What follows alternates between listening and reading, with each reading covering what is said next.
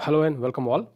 तो हम लोग डिस्कस कर रहे हैं बेसिकली बीसीडी का असिस्टेंट आर्किटेक्ट की जो वैकेंसी आई पड़ी है उसके वीडियो सीरीज को हम लोग डिस्कस कर रहे हैं। इससे पहले हम लोगों ने 4 वीडियोस का सीरीज बना रखा है हमने। ये 5वां वीडियो होने वाला है। इससे पहले हम लोगों ने थियोरेटिकल क्लासेस भी देखी और हमने कुछ क्वेश्चन पेपर भी देखा था जीडीए में जो आया हुआ था असिस्टेंट आर्किटेक्ट का वो पेपर।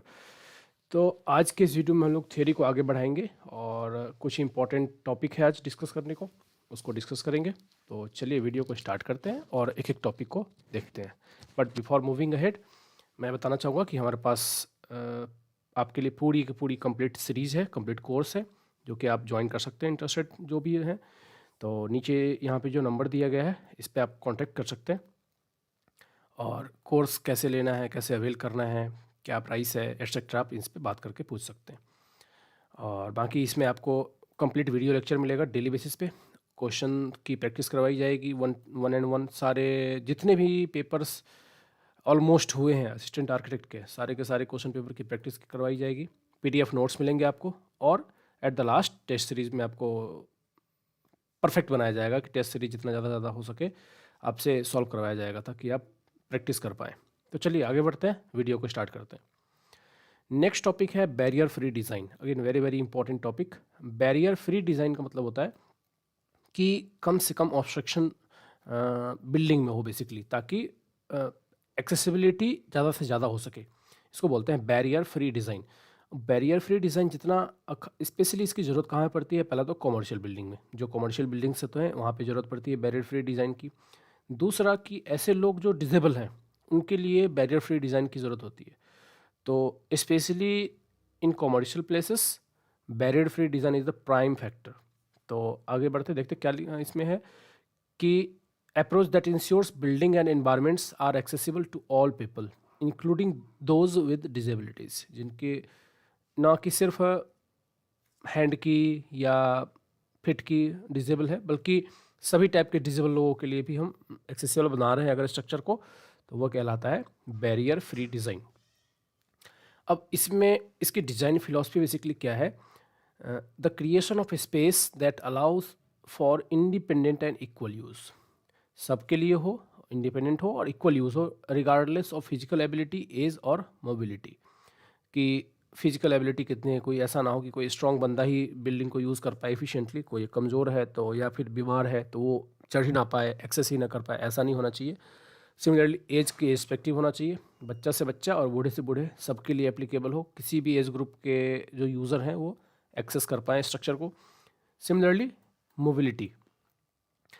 नेक्स्ट कह रहा है कि the main objective is to eliminate physical and sensory barriers. हम बेसिकली इसमें क्या रिमूव करते हैं? Physical and sensory barriers that might hinder the full participation of the individual with the various disabilities. मतलब हिंड्रेंस जितने भी होंगे इसमें बैरियर की वजह से, उन सभी हिंड्रेंस को हम फिनिश करते हैं ताकि किसी भी इंडिविजुअल के लिए कोई भी बैरियर ना रह जाए, known as barrier free design. अब इसके कुछ की प्रिंसिपल्स होते हैं। की प्रिंसिपल्स मीन्स कि बैरियर फ्री डिज़ाइन को इंश्योर करने के लिए हमें किन किन बातों का ध्यान रखना पड़ता है। तो जैसे यहाँ पे पहला है एक्सेसिबिलिटी, कि provide equal access to all user through features like ramp, elevators, wide doorways and accessible restrooms. तो एक्सेसिबल कैसे बनाएंगे सबके लिए कि बच्चे भी पार कर सकें, बच्चे भी मतलब यूज़ कर सकें, जो यंग है उनके लिए भी सही हो और मतलब सभी एज ग्रुप के लिए इक्वल हो। तो रैंप हम प्रोवाइड करते हैं ताकि जो डिजेबल लोग हैं, जो व्हील चेयर पर जाने वाले हैं, वो रैंप का यूज़ कर सकें। एलिवेटर, अगर बहुत हाइट पे है आपका फ्लोर तो आप एलिवेटर यूज़ कर सको, या फिर जो काफ़ी एजड हैं, सीनियर सिटीजन है, उनके लिए हम एलिवेटर बनाते हैं। वाइड डोरवेज को काफ़ी वाइड रखते हैं ताकि ईजिली एक्सेसिबल हो। एंड एक्सेसिबल रेस्टरूम वगैरह भी काफ़ी एक्सेसिबल बनाते हैं। तो पहला है बैरियर फ्री डिज़ाइन का पहला की एस्पेक्ट है एक्सेसिबिलिटी। दूसरा है usability, ensuring that facility can be used effectively and comfortably, कि जो स्पेस है वो इफेक्टिवली यूज़ हो सके और कंफर्टेबली यूज़ हो सके with consideration for reach range, clearance and control that are easy to operate. मतलब यूजेबिलिटी, हर एक पोर्शन का इक्वल यूज़ हो सके, इफेक्टिवली एंड कंफर्टेबली यूज़ हो सके, किसी भी पोर्शन में ऐसा ना हो कि डिसकम्फर्ट हो, हर एक पोर्शन को हम कंफर्टेबली एंड इफेक्टिवली यूज़ कर सके, इसको बोलते हैं यूजेबिलिटी। तो by maximising the usability of each and every portion, space utilisation जो हम कर रहे हैं, जितना इफिशिएंट रखेंगे उतना ही बैरियर फ्री डिज़ाइन को हम इंश्योर कर पाएंगे। थर्ड है पॉइंट है सेफ्टी। सेफ्टी मीन्स है incorporating elements that ensures the safety of all users. तो सेफ्टी सभी यूज़र के लिए, आपने देखा होगा कि बिल्डिंगों में जनरली फायर फाइटिंग के लिए लगा होता है, स्मोक डिटेक्टर लगा होता है, तो और इमरजेंसी एग्जिट भी होता है हर जगह पे। तो हमें सेफ्टी थर्ड मेंटेन रखना है कि हर एक टाइप के यूज़र के लिए सेफ्टी का मेज़र हो, जैसे कि यहाँ पे नॉन स्लिप सरफेस हो, एडिक्वेट लाइटिंग हो, visual and tactile warning system हो। तो नॉन स्लिप सरफेस मीन्स कि इतना फ्रिक्शन हो कि कोई चढ़ने में स्लिप ना कर जाए। एडिक्वेट लाइटिंग मीन्स इतनी लाइटिंग हो कि अगर कोई लो विज़न का इंसान अगर ट्रैवल कर रहा है, या फिर लो विज़न का इंसान है जो कि स्ट्रक्चर को यूज़ कर रहा है, तो उसके लिए लाइटिंग की समस्या ना हो, या फिर लाइट चली गई मान लो तो ऐसा ना हो जाए कि वहाँ पे कुछ दिखे ही नहीं। नेक्स्ट है विजुअल एंड टेक्टाइल वार्निंग, कि विजुअल मतलब दिखने से भी, और सेंसरी मतलब पता लग जाए, हमें देखने से तो पता लगे ही, और सेंस करके भी हमें पता लग जाए कि क्या वार्निंग सिस्टम की तरह हमारा मतलब विजुअली हम देख के पता लगा सकें क्या दिक्कत है, और सेंसरी के थ्रू भी, सेंसर सेंस के थ्रू भी हम पता लग जाए कि क्या दिक्कत है, क्या इमरजेंसी है, तो हम ताकि हम सेफ्टी मेजर ले सकें। नेक्स्ट इसमें है फ्लेक्सिबिलिटी। फ्लेक्सिबिलिटी में क्या आता है कि फ्लेक्सिबल हो, टाइम के साथ उसको हम मैनिपुलेट कर सकें, एक्सटेंड कर सकें। Designing space that can be used and adapted by people with a wide range of abilities and preferences.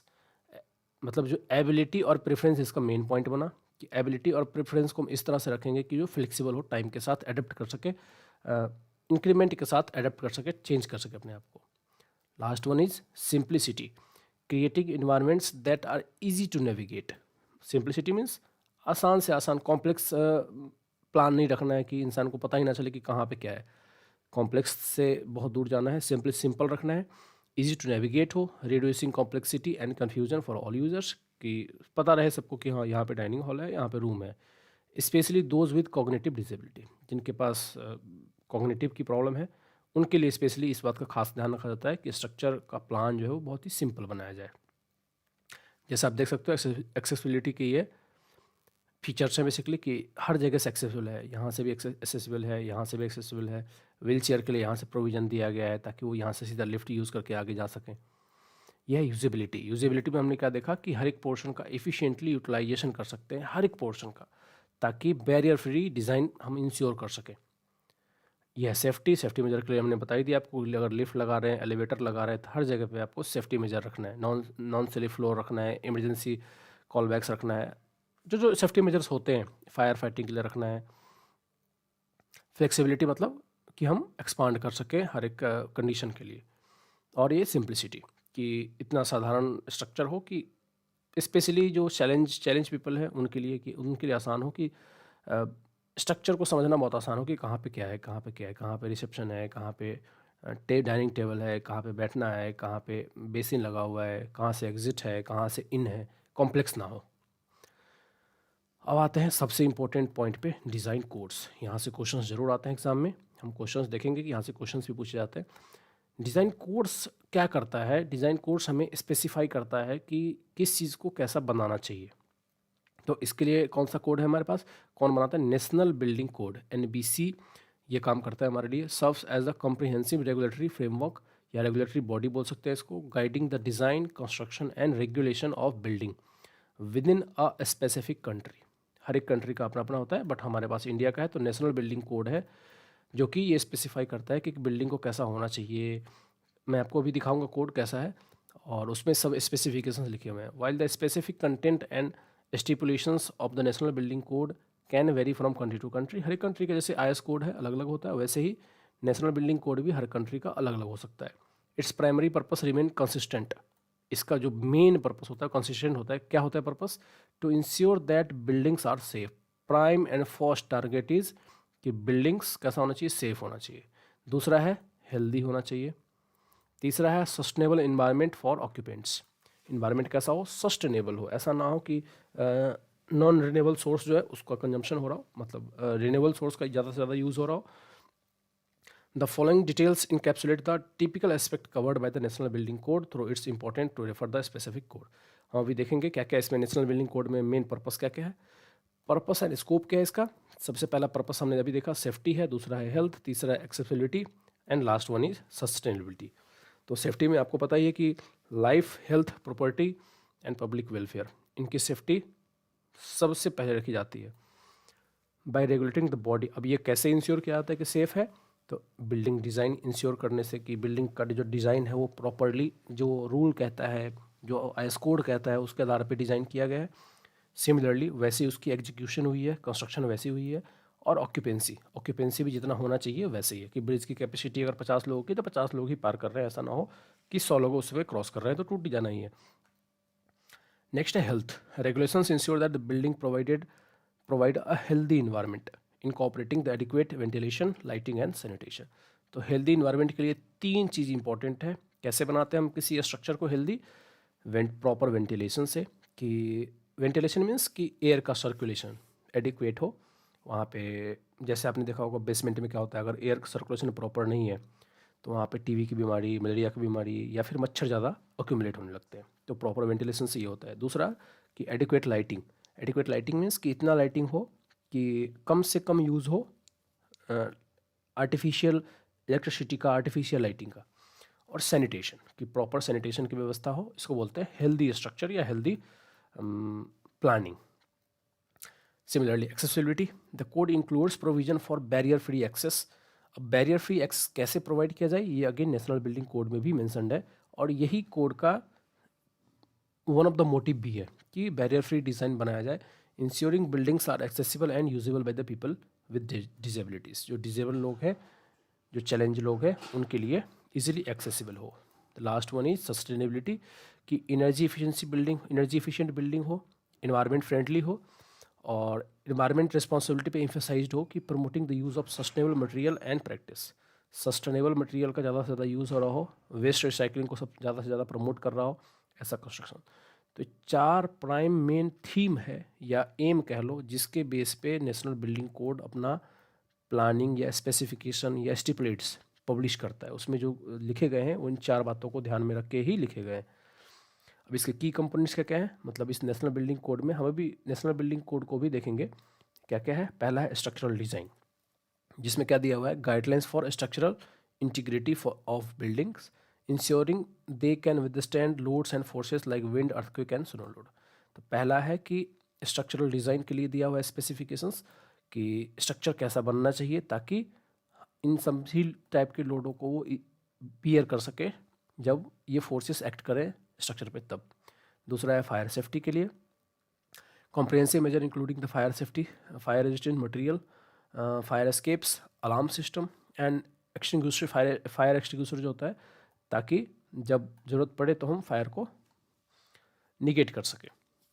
तीसरा है plumbing and sanitation and health के रिगार्डिंग। नेक्स्ट है वेंटिलेशन एंड लाइटिंग के रिगार्डिंग स्पेसिफिकेशंस है। Energy conservation के regarding इसमें आपको specification मिलेंगे, बिल्डिंग मटेरियल के रिगार्डिंग मिलेंगे, और ऑक्यूपेंसी क्लासिफिकेशन के रिगार्डिंग मिलेंगे। आप इनका मतलब ऑलरेडी जानते हैं। वेंटिलेशन एंड लाइटिंग का मतलब होगा कि किस हिसाब से हम बिल्डिंग को बनाए ताकि मैक्सिमम लाइटिंग भी आ सके और मैक्सिमम वेंटिलेशन भी हो सके। सिमिलरली प्लम्बिंग सैनिटेशन का या हेल्थ का मीनिंग क्या हुआ कि प्लम्बिंग सिस्टम कैसे लगाना है, कहाँ पे वाटर टैंक लगाना है, पाइपलाइन कहाँ से लगानी है, कितनी पाइप की डायमीटर लगानी है, कहाँ से पास करना है, वेस्ट डिस्पोजल कहाँ पे करनी है, इन सब की प्रोविजंस। हाइजीन रखने के लिए, हाइजीन रखना है तो क्या मेंटेन रखना चाहिए, ये सब स्पेसिफिकेशंस भी दिए हुए हैं। एनर्जी कंजर्वेशन में क्या दिया हुआ है कि हम क्या यूज़ करें जिससे कम से कम एनर्जी का कंजम्पशन हो सके। Provision design to minimize the energy consumption through efficient design, insulations, lighting and HVAC system. Efficient design का मतलब ये हो कि ऐसा डिज़ाइन जो कम से कम एनर्जी कंजम्पशन करे, मतलब एनर्जी कंजम्पशन कम से कम हो, लाइटिंग ज़्यादा से ज़्यादा आए, बाय डिफ़ॉल्ट नेचुरल लाइटिंग ज़्यादा से ज़्यादा आए। इंसुलेशन मीन्स हीट इंसुलेशंस, कि गर्मी के समय में कम से कम एसी की ज़रूरत पड़े हमें, और लाइटिंग अगेन मैक्सिमम से मैक्सिमम हो, और हैवक सिस्टम जो होता है एयर कंडीशनिंग, उसकी ज़रूरत कम से कम पड़े। नेक्स्ट है बिल्डिंग मटेरियल्स, कि बिल्डिंग मटेरियल के बारे में दिया हुआ है कि ऐसा मटेरियल हमें यूज़ करना है जो क्वालिटी कैसा हो उस मटेरियल का, ड्यूरेबिलिटी कैसा हो, कितना टाइम चले वो, लाइफ टाइम क्या हो उसका, और सुटेबिलिटी ऑफ कंस्ट्रक्शन मटेरियल कि कौन सी कंस्ट्रक्शन मटेरियल का यूज़ केस कहाँ पे है, ensuring building longevity and safety, जिससे हम बिल्डिंग की या स्ट्रक्चर की ड्यूरेबिलिटी कितना, लाइफ टाइम कितना होने वाला है वो, और सेफ्टी को इंश्योर कर सकते हैं। The last one is occupancy classification, differentiate किया गया है कि कौन सी टाइप की बिल्डिंग को कौन ऑक्यूपेंट कौन सा होगा, कि बिल्डिंग रेजिडेंशियल है, कॉमर्शियल है, इंडस्ट्रियल है या इंस्टीट्यूशनल है, इसके आधार पे क्लासीफाई किया गया है बिल्डिंग्स को। ये आपको ये सब की कंपोनेंट्स है किसके, नेशनल बिल्डिंग कोड के। नेक्स्ट है इम्प्लीमेंटेशन एंड कंप्लाइंसेस।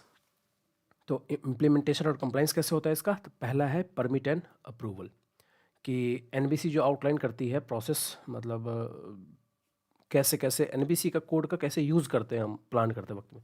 तो इसका प्रोसेस क्या है, process for obtaining building permit, inspection and approval, तो ensuring the compliances before, during and after construction. तो इसका यूज़ हमें कहाँ पे करना है, परमिट एंड अप्रूवल के टाइम पे, कहाँ पे, बिल्डिंग परमिट करते समय पे, कि बिल्डिंग का नक्शा पास कर रहे हैं उस समय पे, इंस्पेक्शन के टाइम पे, कि जब चेक कर रहे हैं कि जो बिल्डिंग बन रहा है या बन गया है वो विद इन स्पेसिफिकेशन है या नहीं है, अप्रूवल के लिए, और ताकि हम before and after construction ensure कर सके कि बिल्डिंग एज पर एनबीसी कोड के जो गाइडलाइंस हैं उसके आधार पर ही बने हुए हैं। दूसरा है एडहेरेंस एंड इन्फोर्समेंट, कि जो चीज़ें लिखी गई है वो एडर की गई है या नहीं, और इन्फोर्स किया गया कि नहीं उसको, मतलब वही बनाया गया है कि नहीं। लोकल अथॉरिटीज़ और building officials typically enforce the code, कहता है कि जो लोकल ऑफिशियल्स हैं उनका काम क्या होता है कि जो कोड कहता है उसी काम को इन्फोर्स करा के, मतलब फोर्सफुली करवाना है, वही करवाना है, उसके उसके बियॉन्ड नहीं जाना है, with the power to inspect, order correction और to hold construction if necessary. अगर उससे बाहर गया हुआ है, दायरे से बाहर गया है, तो आप चाहो तो होल्ड करवा सकते हो यूजिंग, आप रेफरेंस में देखें कि एनबीसी में ये लिखा हुआ है, आप इससे बाहर नहीं जा सकते, ये आप रेफरेंस देके कंस्ट्रक्शन को रुकवा भी सकते हैं अगर ज़रूरत पड़ती है तो। नेक्स्ट इसका यूज़ केस क्या है, अपडेट्स एंड अमेंडमेंट। तो अपडेट्स में क्या है, the code is periodically update the two incorporate new technologies, जैसे जैसे नया टेक्नोलॉजी आ रहा है वैसे वैसे इसमें डेटा अपडेट भी होता है। डेटा अपडेट मतलब टेक्नोलॉजी भी अपडेट होता है, मटेरियल्स भी अपलोड होते हैं, और सेफ्टी प्रैक्टिस कि जैसे कुछ नया आया सेफ्टी मेजरमेंट के लिए कुछ गाइडलाइंस, तो वो भी अपडेट होता रहता है इसमें, तो इसके लिए भी आप इसको यूज़ कर सकते हैं। Reflecting the evolving nature of the construction industry, जिससे क्या होता है कि जैसे जैसे कंस्ट्रक्शन इंडस्ट्री आगे बढ़ रही है उसको, मतलब आप इम्प्लीमेंट कर पा रहे हैं हम चेंज को। इम्पैक्ट एंड इम्पोर्टेंस क्या है इसका, इससे क्या इम्पैक्ट पड़ेगा, तो पहला है स्टैंडर्डाइजेशन। अगर हम एनबीसी कोड को फॉलो करेंगे मतलब पूरे एरिया में, तो उससे क्या होगा, fostering consistency, predictability and fairness in the construction industry. हर जगह पे कंसिस्टेंसी रहेगी, सेम तरीके का बिल्डिंग रहेगा, परफेक्ट बनेगा, मतलब जैसा लिखा गया है कोड में वैसा ही बनेगा। दूसरा कि हम आसानी से बता सकेंगे कि बिल्डिंग की लाइफ कितनी बची है, क्या कंडीशन है, सेफ़ रहेगी नहीं रहेगी, हम उसकी बिहेवियर को प्रिडिक्ट कर पाएंगे। और नेक्स्ट है फेयरनेस, मतलब कोई घोटाले वाला काम नहीं होगा अगर हम इसको फॉलो करते हैं, तो इसकी स्टैंडर्डाइजेशन इसका मेन इम्पैक्ट होगा जो आपको देखने को मिलेगा अगर हम ये फॉलो करते हैं तो। नेक्स्ट है innovation encouragement, while setting safety standards the code also encourage innovation and adaptation of new technologies and method in the building design construction, क्योंकि हम नए टेक्निक्स को, नए नए कंस्ट्रक्शन मटेरियल को अडॉप्ट कर रहे हैं, इससे वजह से क्या होगा, इनोवेशन इंकरेजमेंट, जो नया नया इनोवेशन हो रहा है उसको हम इंकरेज भी कर रहे हैं कि भाई जैसे फ्लाई एश ब्रिक है तो आप यूज़ करो, ताकि उससे क्या होगा कि जो न्यू टेक्नोलॉजी आई है उसका यूजेबिलिटी बढ़ेगी। इकोनॉमिक इम्प्लीकेशन, तो इकोनॉमिक इम्प्लीकेशन कैसे पड़ेगा इससे, compliances with the NBC can have significant economic implication, तो देश के या राज्य के या इवन यूज़र के, क्लाइंट के इकोनॉमिक मतलब पैसे पे बहुत मतलब इम्पैक्ट पड़ेगा। कैसे, इन्फ्लुएंसिंग द कंस्ट्रक्शन कॉस्ट, अगर आप सस्टेनेबल मटेरियल या वेस्ट मटेरियल यूज़ कर रहे हैं तो काफ़ी कॉस्ट घट जाएगा। इंश्योरेंस रेट और रियल एस्टेट वैल्यू, इस पे काफ़ी फ़र्क पड़ेगा अगर आप इसको इंश्योर करते हैं तो ये था आज के थियरी पोर्शन का। अब मैं एक बार आपको नेशनल बिल्डिंग कोड दिखाता हूँ कि कैसा होता है और क्या क्या उसमें लिखा होता है।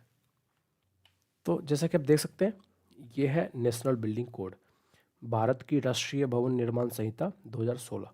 तो ये 2016 का वर्जन है, ऐसे आता है वॉल्यूम 1 के नाम से। अब आप इसमें स्पेसिफिकेशंस देख सकते हो, ऐसे लिखा होता है, जैसे कि यहाँ पे लिखा हुआ है अदर बिल्डिंग की रिक्वायरमेंट क्या है, हर एक टाइप का यहाँ पे स्पेसिफिकेशन लिखा होता है, विड्थ ऑफ मीन कितनी होनी चाहिए etcetera, capacity of footpath and design क्या रखना चाहिए। तो इस तरह से इसमें स्पेसिफिकेशंस लिखे होते हैं। आपके लिए बहुत इंपॉर्टेंट है कि नेशनल बिल्डिंग कोड को आप जितनी बार हो सके पढ़ें। तो मैं आगे आपको आगे के आने वाले समय में आपको बताऊंगा कि इसमें से कौन कौन से इंपॉर्टेंट पॉइंट्स हैं, वो भी बताऊंगा। बट चूंकि ये बहुत बड़ा है तो आपको सब कुछ नहीं पढ़ना है, बट यहाँ से डायरेक्ट वैल्यूज़ आते हैं। एग्ज़ाम में हो सकता है आपसे पूछ ले कि ये वैल्यू कितनी है बताओ, ये वैल्यू कितनी है बताओ। तो एग्ज़ाम में डायरेक्टली वैल्यूज़, जो न्यूमेरिकल वैल्यूज़ हैं, बहुत इंपॉर्टेंट है। यहाँ पे ये वैल्यू लिखा हुआ है ना 2.25 मीटर, तो आपसे ये हो सकता है डायरेक्टली वैल्यू पूछ ले। तो values are very very important from national building code, बहुत इंपॉर्टेंट है। इसलिए कोड से डायरेक्ट क्वेश्चंस आते हैं, ये बात ध्यान रखिएगा आप एग्ज़ाम में, specially for national building code. तो क्योंकि ये आर्किटेक्ट का एग्ज़ाम है तो एनबीसी से डायरेक्टली क्वेश्चंस आएंगे, तो आपको इस कोड को डेली 2-2 पेज पढ़ना है। तो ये बहुत इंपॉर्टेंट है। जैसे यहाँ पे जितने भी टेबल दिख रहे हैं जो काम का लग रहा है आपको, आप एक बार 2 बार नहीं, बल्कि मैं तो कहूँगा जितनी बार हो सके आप इसको पढ़ें, क्योंकि इतनी सारी वैल्यूज़ आप एक बार में याद नहीं कर सकते। तो जितना भी आपको समय मिले उतना कम है, आप जितनी बार पढ़ोगे उतनी आपकी प्रैक्टिस बनेगी और उतने ही आपको याद भी हो जाएगा। तो 2 बार, 4 बार, 5 बार, 6 बार, 10 बार आप इसको पढ़ें शुरू से लेकर एंड तक। Later on I will be also explaining कि कौन कौन से टॉपिक इंपॉर्टेंट होता है। इसमें बहुत अच्छे से एक्सप्लेन भी कर रखा है कि जैसे बेसमेंट है तो यहाँ पे कितनी थिकनेस होनी चाहिए, ग्राउंड लेवल से कितना नीचे होना चाहिए, कैसा प्लान बनाना चाहिए, office come later box room कैसा होना चाहिए। जैसे यहाँ पे स्पेसिफिकेशन दिया हुआ है बिजनेस बिल्डिंग के लिए, मीटर रूम जो ऊपर लगाते हैं छत पे उसका क्या होना चाहिए, फॉर ऑल बिल्डिंग्स अब 15 मीटर इन हाइट। जैसे यहाँ पे क्या दिया हुआ है कि इसके लिए स्पेसिफिकेशन दिया हुआ है, इतना एरिया है तो कितना होना चाहिए, staircase and exit requirement क्या है। तो एक एक पॉइंट इसमें वीवीआई है, वीवीआई मतलब ये सारे वैल्यूज जो आप देख रहे हो ये सब वीवीआई है। एग्ज़ाम में ये क्वेश्चंस डायरेक्ट आते हैं, डायरेक्ट। तो आपको ये कोड प्रिंट करके घर पे रख लेना है, डे 1 से लेकर लास्ट डेट तक। ये सबसे इम्पोर्टेंट स्टडी मटेरियल है आपके लिए। आपको इसको याद करना है, बस बस सिर्फ याद करना है, वैल्यू को याद करना है और कुछ भी नहीं करना है। समझने के लिए इतना आसान है कि आप आसानी से इसको समझ सकते हैं। एक चीज़ मैं आपको और दिखाता हूँ बैरियर फ्री डिज़ाइन के रिगार्डिंग। बैरियर फ्री डिज़ाइन से रिलेटेड एक और मटेरियल है जिसमें टाइप ऑफ डिजेबिलिटी यहाँ पे डिफाइन की गई है कि किस किस टाइप की डिजेबिलिटी होती है और उसके लिए हमें क्या क्या प्रोविज़न करना है। जैसे टोटल ब्लाइंडनेस है तो affecting sight to the extent that individual functioning in public areas is insecure और एक्सपोज टू डेंजर। तो जैसे साइट का है, हियरिंग का है, तो ये सब यहाँ पे मोबिलिटी डिवाइसेस। तो मोबिलिटी डिवाइसेस है तो उसके लिए क्या रिकमेंडेशन सिस्टम है, मतलब क्या करना है आपको in order to maintain barrier free design. तो बैरियर फ्री डिज़ाइन के लिए आपको क्या करना है वो सब यहाँ पे स्पेसिफिकेशंस में दिया हुआ है। एक व्हील चेयर का स्ट्रक्चर कैसा होना चाहिए, हर एक पार्ट का यहाँ पर नाम के साथ दिया हुआ है। कैसे मतलब इसकी जो हाइट होती है मैक्सिमम कितना होती है, ग्रैप्स जो ग्रैप्स रीच है वो कितना होना चाहिए। इसमें सब कुछ बैरियर फ्री डिज़ाइन से रिलेटेड लिखा हुआ है। तो जो लोग कोर्स ज्वाइन करेंगे वो उनको मटेरियल ये प्रोवाइड करूँगा मैं। इसमें category wise classification of building है, कैटेगरी वाइज, और यहाँ पे कैटेगरी वाइज यहाँ पे लिखा हुआ है कि कैटेगरी 2 जैसे कमर्शियल बिल्डिंग है तो इसके अंदर कौन कौन से जोन्स आते हैं, डिस्ट्रिक्ट जोन, होलसेल, गोडाउंस, ये सब कैटेगरी जोन यहाँ पे लिखा पड़ा है। तो ये अगेन ये स्टडी मटेरियल है जिसको आपको रट लेना है बिल्कुल। जैसे साइट प्लानिंग के रिगार्डिंग इसमें सारी इन्फॉर्मेशन है कि साइट प्लानिंग करते वक्त हम किन किन बातों का ध्यान रखते हैं, टेक्सचर चेंज के बारे में, गटर्स या मैन होल के बारे में, किस किस को अवॉइड करना है, किसको रखना है, किसको हमें अलग तरीके से डील करना है। जैसे कर्व रैंप है तो कर्व रैंप में कितने क्या स्पेसिफिकेशंस हमें डील करनी है, किस तरह का रखना है, हाइट कितना रखना है, विड्थ कितना रखना है, अप्रोच कैसा रखना है। जैसे यहाँ पे अप्रोच टू प्लिंथ लेवल, तो प्लिंथ लेवल जब आप बना रहे होंगे तो प्लिंथ लेवल का अप्रोच कैसा रखेंगे, किस हाइट पे रखेंगे, इसकी विड्थ क्या होगी, डायमेंशन क्या होगी, एट्सेट्रा, सब कुछ इसमें गिवन है। अब ये तो ऐसा मटेरियल है कि आपको याद ही करना है और एक बार में याद नहीं होगा, आपको कम से कम 10 बार 15 बार इसको पढ़ना है शुरू से लेकर लास्ट तक, ताकि आपको वैल्यूज़ याद हो जाए। डायरेक्ट वैल्यू वाइज क्वेश्चन आते हैं, मैंने पहले बताया आपको, डायरेक्ट वैल्यू से क्वेश्चन आते हैं। तो ये था आज के लिए, आज के वीडियो में इतना ही। मिलते हैं नेक्स्ट वीडियो में। वीडियो अच्छा लगा हो तो आप लोग लाइक कीजिए, चैनल सब्सक्राइब कीजिए, बाकी अपने दोस्तों के साथ भी शेयर कीजिए अगर अच्छा लगा हो तो मिलते हैं नेक्स्ट वीडियो में। Thank you all.